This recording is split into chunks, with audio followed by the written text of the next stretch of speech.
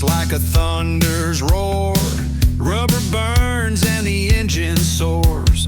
Rev bomb rides with a wild man's pride. The world can't keep up no matter how it tries. Rev bomb's motorbikes got a heart of steel.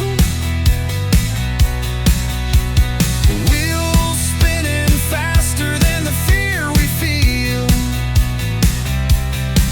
Lights flash like fire in the dead of night. He's a rebel on wheels chasing freedom's light. Good afternoon, everybody. It's a late Tuesday afternoon and we're out on this again, the R66 Standard in black. It's not the Plus, it's not the S, this is the bog standard R66, otherwise known as the Detroit. I'm going to call it the Detroit, I know that's what I call it. So, R66, basic budget all-round, cruiser style, motorcycle, stainless steel can all the way through. You've got them fake gas shocks to the back. And very similar engine to what is in the Michigan. LED all-round, great little budget bike this one. 2179 the price of the bike, plus your dealers on the road fee. Cheap as chips, and big fat chunky tyre to the rear. So time is currently 4:45 at night. Last test ride of the day. And you know Rev is going to find all the traffic that is going home as well.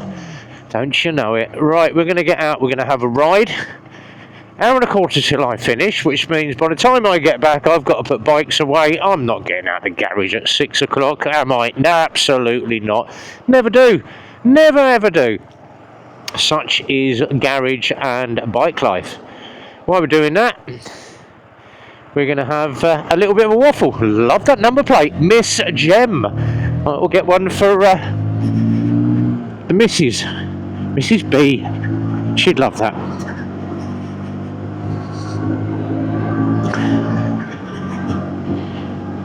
That just worked nicely. MR58. That'd be Mrs. B. Oh dear. Yeah, I don't think the missus would be putting up with calling Mrs. B all the time. She doesn't like it. Right, so digital display, 5-speed box, gear indicator in here. Just the same as what you get on your Michigans. Big digital display. And we've got literally 2 miles on the bike because we use this one for the photo shoot. And I have been so tied up in the garage, that means I've got to do one long mass ride to get it out the way. And as always, 5 o'clock traffic. Could be. Right, nice big chunky, nice little round mirrors on that. But look, you get a good view. What is going on behind you? You get a great view of the road behind you. Hardly any shoulder in those mirrors. You've got your clutch fluid or your brake fluid right in front of your eyes so you can see all your levels. Your basic controls, horn indicator, hazards, main beam, dip beam, and your pass light to the back. Then on the right hand controls, start button and your kill switch. So very easy to ride, very easy to manoeuvre. Big fat chunky tyre gives you a bit of confidence if you're a newbie. There's a certain video that is going around Facebook and YouTube at the moment of a guy going into a corner, L plates, and he takes the corner a little bit too hard. What does he do? Stamp the back brake. Oh my God, I'm coming out to the middle of the road, and tries putting his foot down. Totally unbalances the bike, nearly hits the car in the oncoming lane.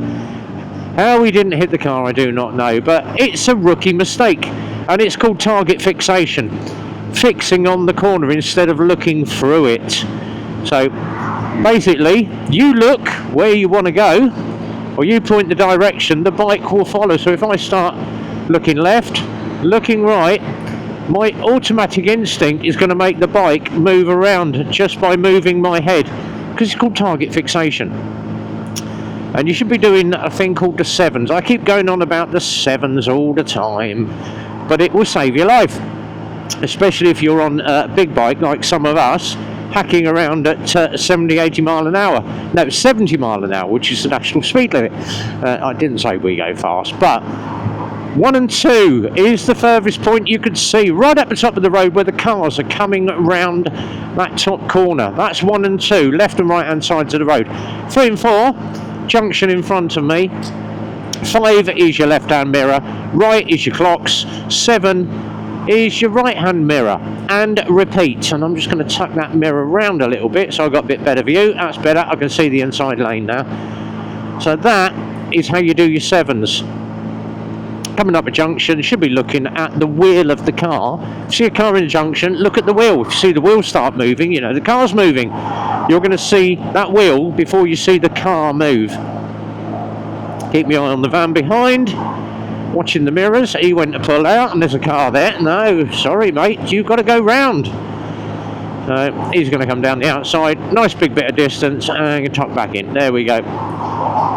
But everybody barrels down here at 70, 80 mile an hour all the time. We're doing a steady 40 to 45. Can't push it any more than 45 on a brand new bike. Now, thing is, dual carriageway coming up to the junction. I am looking across left. I see that silver car.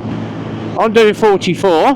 Now, there's two choices. She can either wrap out in front of me, put her foot down. Now, being a granny, look, there we go. There's the indicator. I can see it in the left mirror. I've now got her in my right mirror behind me and she's tucked in behind. But that's where you should be looking. Your shoulder check just to see what's coming up the inside lane. And I've had people come past me on close passes.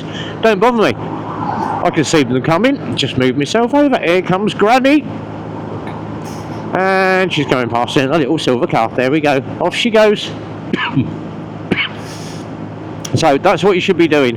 Keeping your eye and being observant all the time. It's not just about sitting there enjoying the ride, which I do anyway. You should, as they say, people say to me, you're like SWAT. And I'm like, why? You remind me of Hondo. Well, for one, I haven't got muscles. 2, I'm the wrong skin colour. And 3, I'm not attractive at all. But they goes, no. Like he always says in SWAT, head on a swivel and stay liquid. Yes, relax yourself on a bike. You don't want to be all tensed up with your arms all stiff and taut.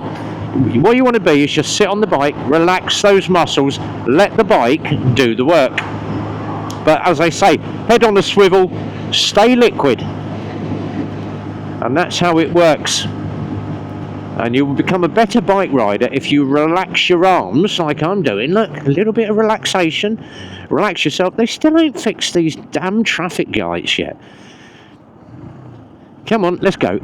I've got room to go. There we go. Even though it's a 125, I can get out into traffic really quick. There we go. So, stay liquid. Watch that lorry. Relax your arms. Let the bike... Now I've got my hands just holding the throttle on. All that steering is being done by my backside.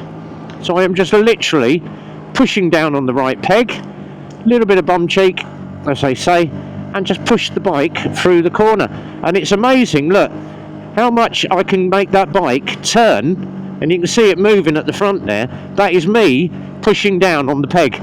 So coming into a left-hand corner, I'm not even going to turn the bars. I'm just going to, there we go, little push on down with my left leg on the peg and lean back, makes the bike turn into the corner.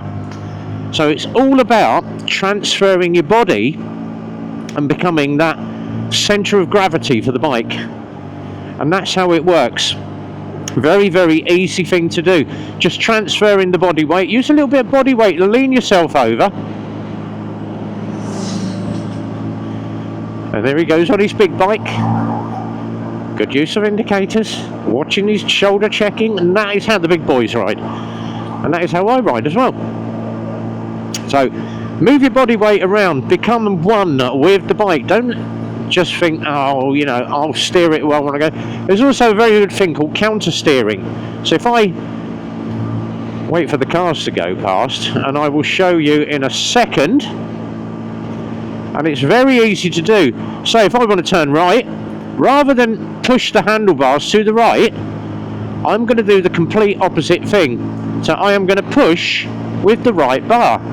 Makes the bar, so if you push against the bars, you can make the bike move around. And it's called counter steering. So a right hand corner, you're basically turning the wheel to the left by pushing right. If you're going around a left-hand corner, you're going to push with the left hand and steer the wheel to the right. you're counterbalancing and counter steering your bike. Watching that red one coming in behind me, who's just mixed the exit. What do you expect? It's Austin Powers in his Jaguar. You missed that exit, matey, because he tucked right in tight behind me. But I had my eye on him because I'm doing my 7s. Constantly in my eyesight or my peripheral vision, I am scanning the entire road. BMW X1 coming up behind me. Ooh, there we go. Oh, X5. Nice. But it's all about watching what is going on around you. Now, my next thing, obviously dual carriageway, I'm already looking to the left down here on this slip road. Now I've lost sight of the slip road, quick shoulder check over my shoulder, nothing. Now transferring my eyes to the mirror. I know the slip lane is empty, but at the same time watching from the right. And there we go, back there is the cars coming up the slip road, so I know I'm clear of the slip road now. Everything is good. It works, people, it works. And there's loads of stuff. You could spend hours on YouTube, and I do. I still go and watch Moto Gym and all the other guys that are on there, and get a little. You never stop learning riding a bike, counter steering, balancing the bike, pushing on the pegs, and head movement, target fixation, looking through corners, and obviously a very good book to get, and it's a very good one if you want to have a read and pick up loads of knowledge, is the Police Motorcyclist's Handbook. You can get it on Amazon for about 20 quid. Give me. Harley coming in over my shoulder. One of my boys. Thought I recognised him. Oh dear. I do get spotted when I'm around. They spot the Eclipse jacket, or they spot the other bits that are going on. And it's like, it's RB, it's RB. Yeah, that's one of our lot. Oh dear. Love it. Here's me sitting on the 125 and it's sitting on that. Oh, it's a Honda as well, look. It's all tricked out. That looks bloody good. How you doing, mate? You alright? Nice little bike. That's all bobbed out as well. So, right, we're off. Round the roundabout we go.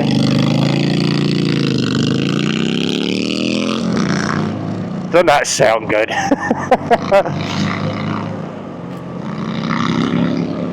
Right, we're going this way around here when all the cars decide they're going to move. Come on. A5 and head back into Fanny Stratford. Fenny Stratford.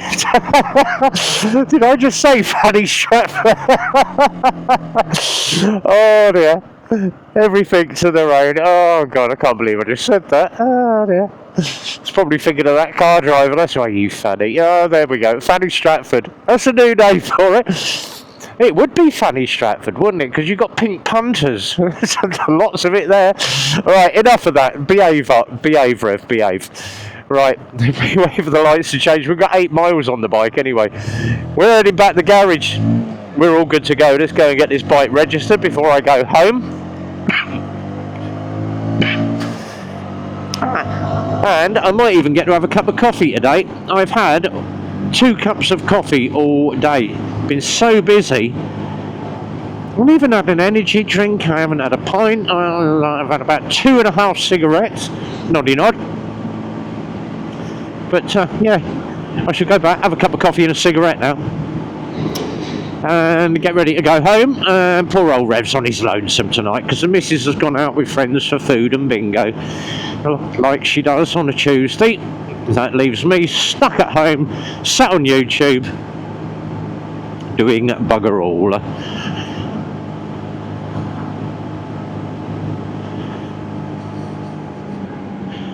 Right, here we go. Look, it's the Rainbow Bus.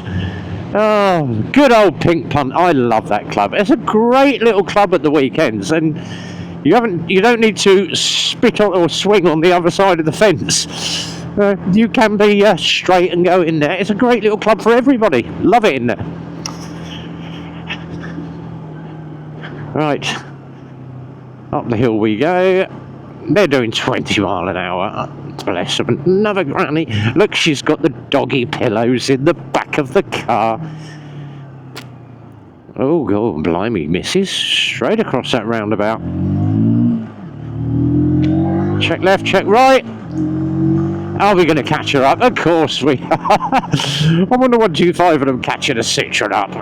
It could be worse. Could be a Honda Jazz or a Prius. Depends what part of the country you're from. If you're from Milton Keynes, it's going to be a Prius. If you live in Devon and Cornwall, it's the Honda Jazz.